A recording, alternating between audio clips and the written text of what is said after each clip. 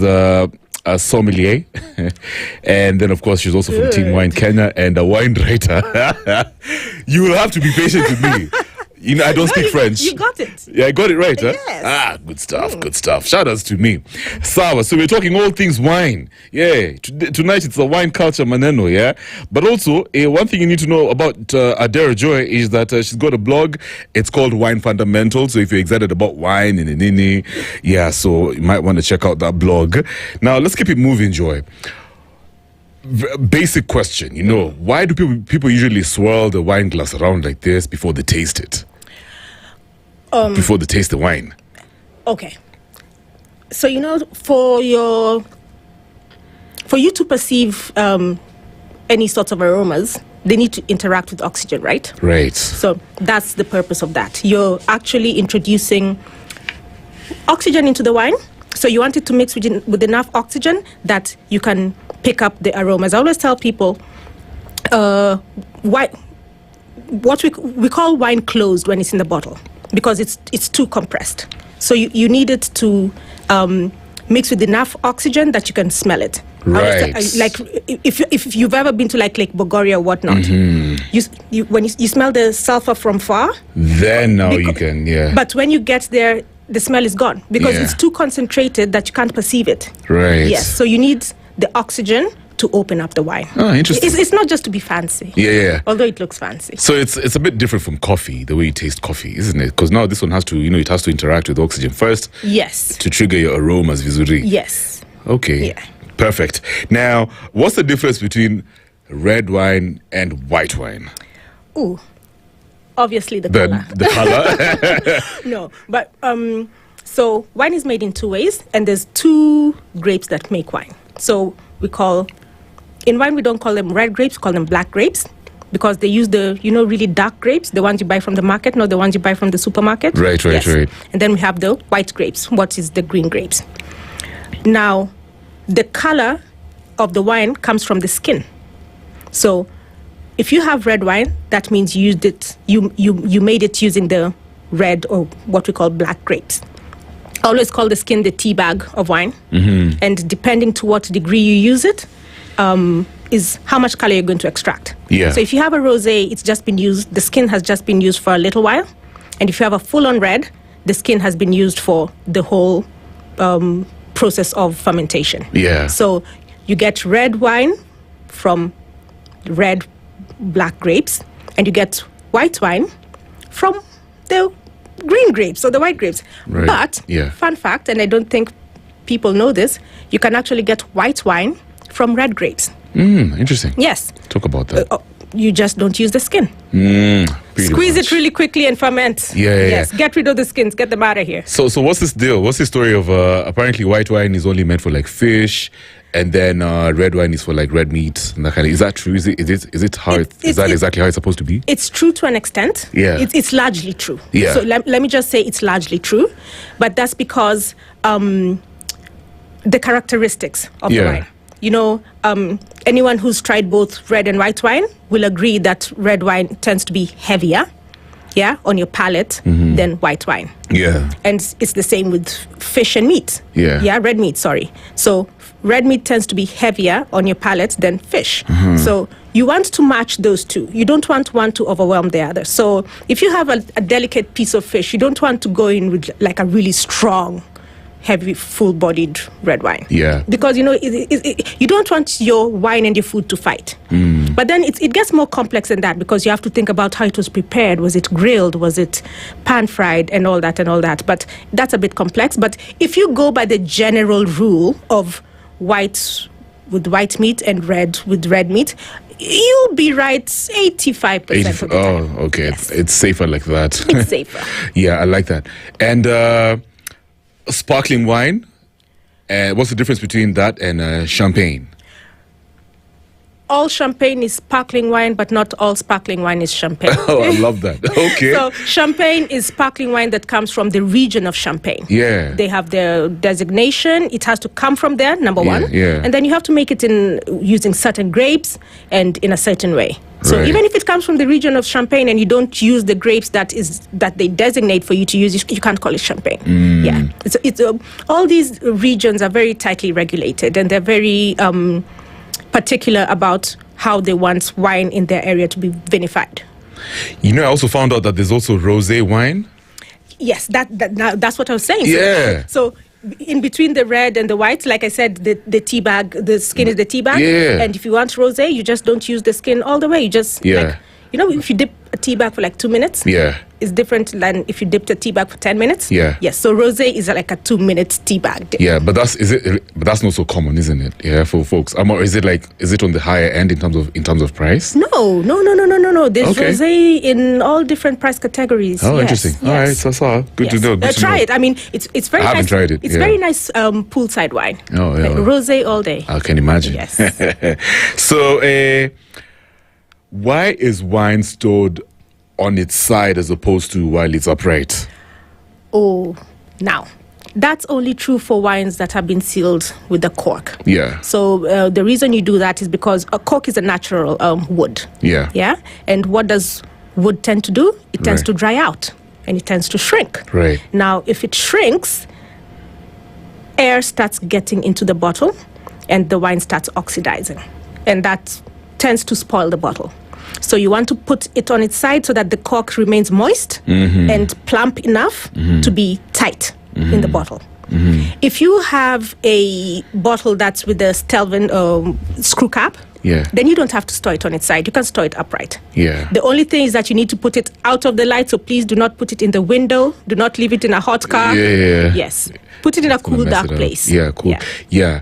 And, I've heard these stories of apparently wines that have like a cap are a bit cheaper. Is that true? Those are lies. But you've heard of that too. Yes. Yeah. That's a question that Like they're low end, like they're not really high quality wine. that is one of my top 10 questions that I get. Everyone says we don't want wine with the screw cap. We hear it's Yeah. cheap, but I always tell them you can get a very good wine that has a screw cap, and you can get a not so good wine that has a cork. Yeah. These are just decisions that the winemaker has made for whatever reason. Maybe it's to do with conserving. Maybe they're moving from stripping off trees to make the cork. Maybe they want to be more environmental. Maybe they want their bottles to be able to be stored upright. But that's not an indicator of quality. Right. Yes. So what's an indicator of quality? An indicator of quality? Yeah, how do you know this is really good wine? Is it okay, you tell me. To be honest, you have to taste the wine. Oh, okay. Yes, because, some people are very good at dressing up the wine. Yeah. And the bottle looks fantastic. Yeah. But maybe the juice is not as good as you thought it was going to be. Right. Yeah? Yeah. And so I always tell people the proof of the pudding is in the eating and the proof of the wine is in the tasting. So if I'm going to order for wine, or at least maybe when I'm shopping around, I want to pick something for a wine from the shelf.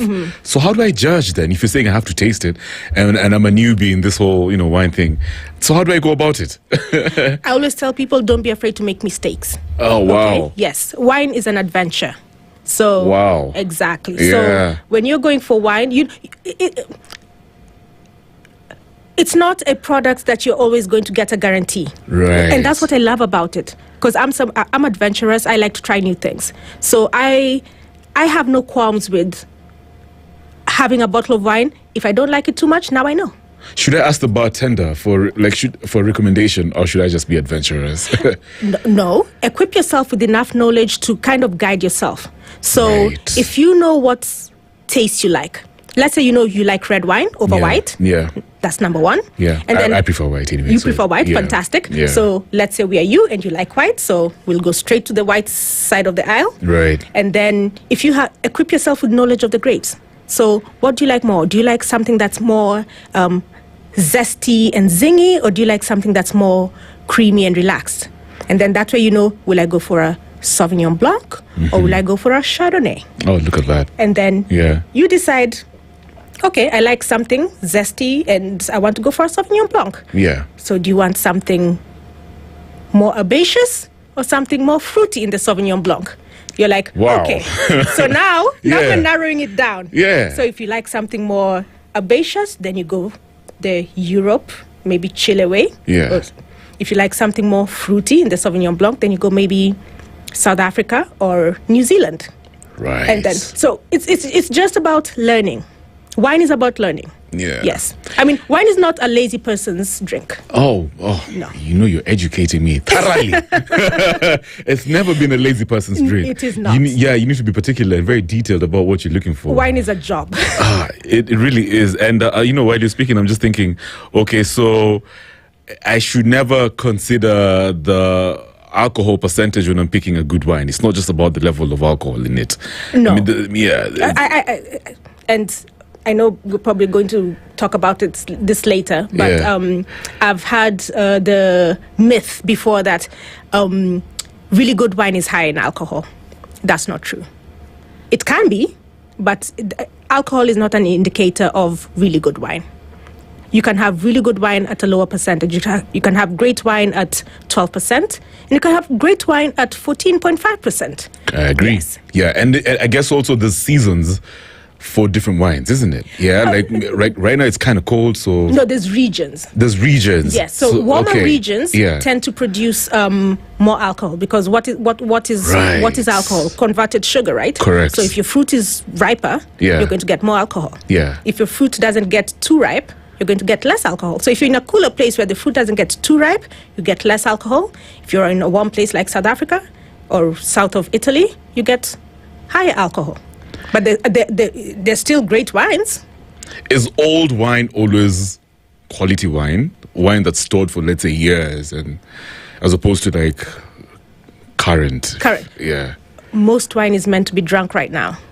Yeah. Yeah, I mean, if you think about it, the vineyards and the wineries, they have to pay their bills, right? So they produce, most of the wine that is produced is wine that's meant to be drunk fresh, so that you get the real fruity character. Yeah. So that you get, a fresh wine that is pleasing to the Yeah. palate.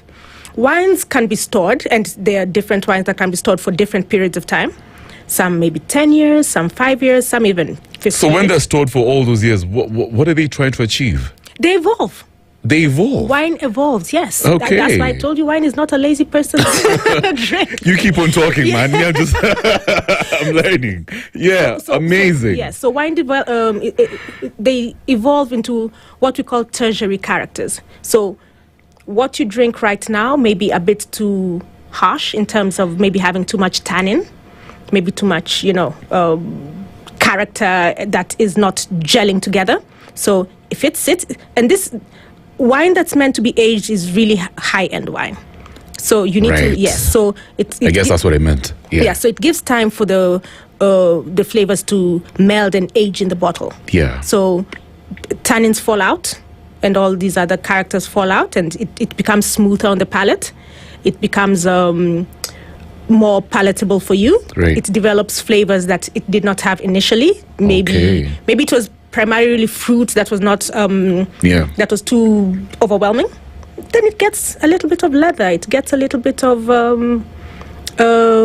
character. It gets a little bit of polish. Something that's mellow. Wine ages like people.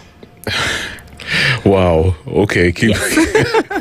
You're using all these terms, and it's fascinating. It's like I'm reading a book. So, can you send a bottle of wine back once you've already, started to drink it? Maybe you're not so impressed, or it's not what you were looking for, and you're at a restaurant. In a restaurant? Yeah. Okay. Can you actually send it back? Okay, so wine etiquette is that if you order the bottle, yeah, and the bottle has been opened for you, and they sell that particular wine just by the bottle, unless it has a fault, which means Right. it's oxidized or it's corked or whatever the fault may be, unless it has a fault, you bought it. You bought it. Yeah, you keep it. You don't have to drink it. You can take it home and maybe gift it to someone else. Right. But unless the wine has a fault, that's why it's important to know your wines. And you don't even need to know your wines. You just ask the steward who's serving you. Yeah. Just tell him exactly what you want. To tell them, I like wine, but I don't like my wine too tannic. Yeah. I don't like my wine too maybe acidic. And then they'll guide you. They'll guide you, I like that. I always say, never be afraid to ask questions. Ask questions. That's what we are there for. Correct. Ask us all the questions. And that's why you're here. Yes. I love it. So what's this deal about organic wine? Isn't wine organic anyway? So no. Yeah. No, it's wine is made from grapes. Yeah. Which is a vine is a plant, right? Right. So just like you have organic tomatoes, you have organic carrots, it's the same way you have organic grapes that make the organic wine. So basically what it means is that it has a bit of a more stringent process. Right. So when it comes to spraying of pesticides or herbicides in the vineyard, when it comes to the preservatives that you use to preserve the wine, all those are very carefully monitored. You can't go past a certain level, and there's some things that you definitely cannot use. Right. Yes. So that makes a lot of sense. Yes. And do you need different types of wine glasses for different types of wines, I guess? Traditionally, that's been the thing. Yeah. That you have different glasses for but nowadays they're creating universal wine glasses that you can use for red, for white, for rosé, for sparkling. Right. And you can have the one if you just searched, you can have like one glass that you can use for all your wines. However, if you'd like to have different glasses for different wines because maybe like the aesthetics, it's always better to use the bigger bold glass for the reds. Right, for the reds, because they need more air.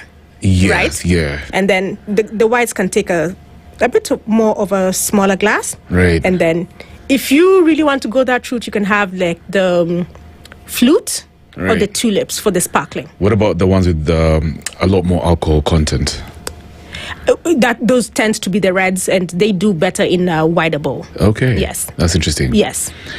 And what else? What else did I have for you? Because this is fascinating. Okay, so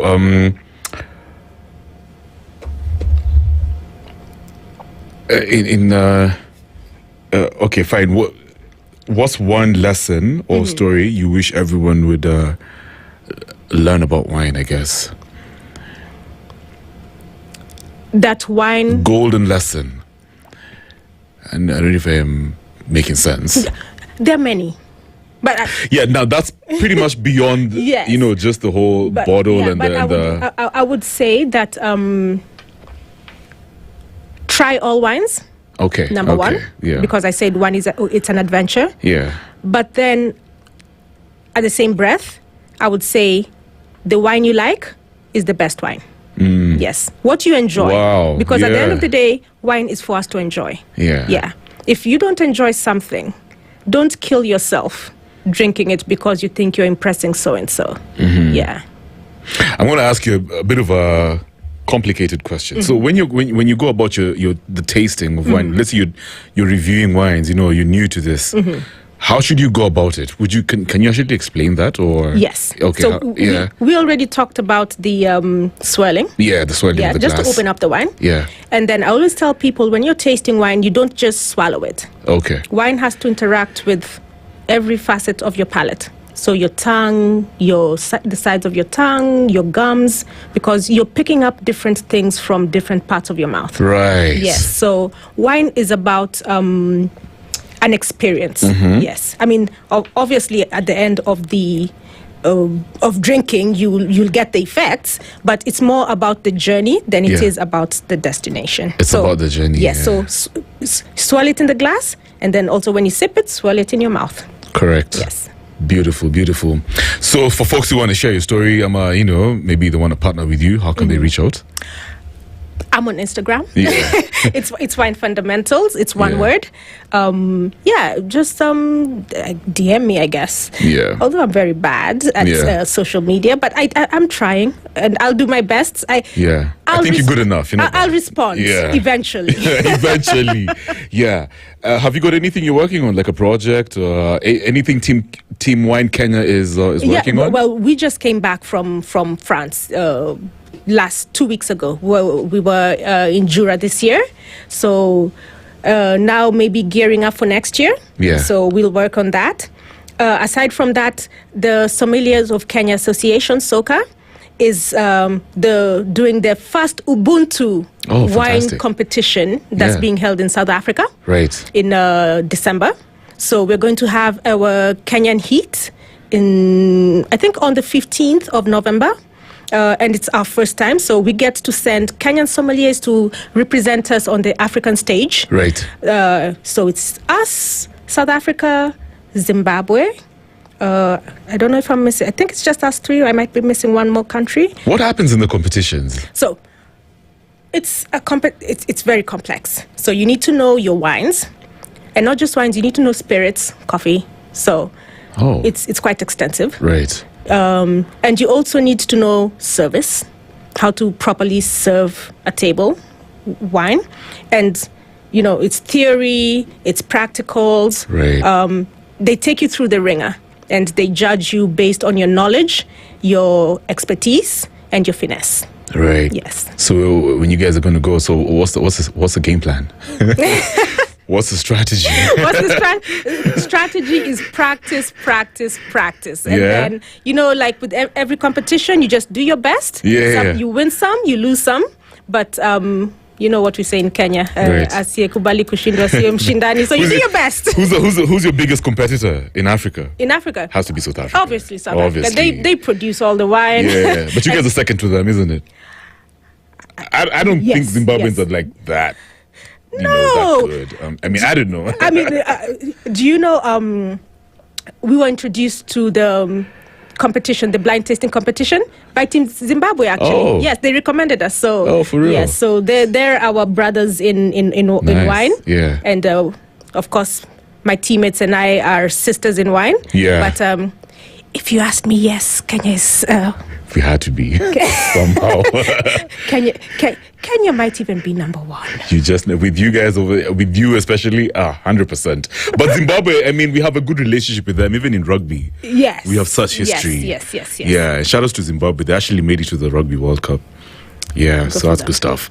So thanks a lot for coming through, Adero. Oh, thank you for having me. It's been an awesome conversation. Been exciting. Yeah, I hope you enjoyed yourself. Yes, I'll come back tomorrow. Also, special shout out to, I guess it's a friend of yours, Buje. He says, shout out to Adero. She's bubbly like fine champagne. Mwambie Adisa Brian salutes her. Thank you. All right, asante sana. 4 minutes after 8, you guys are coming back with more stories right now. Virtual insanity.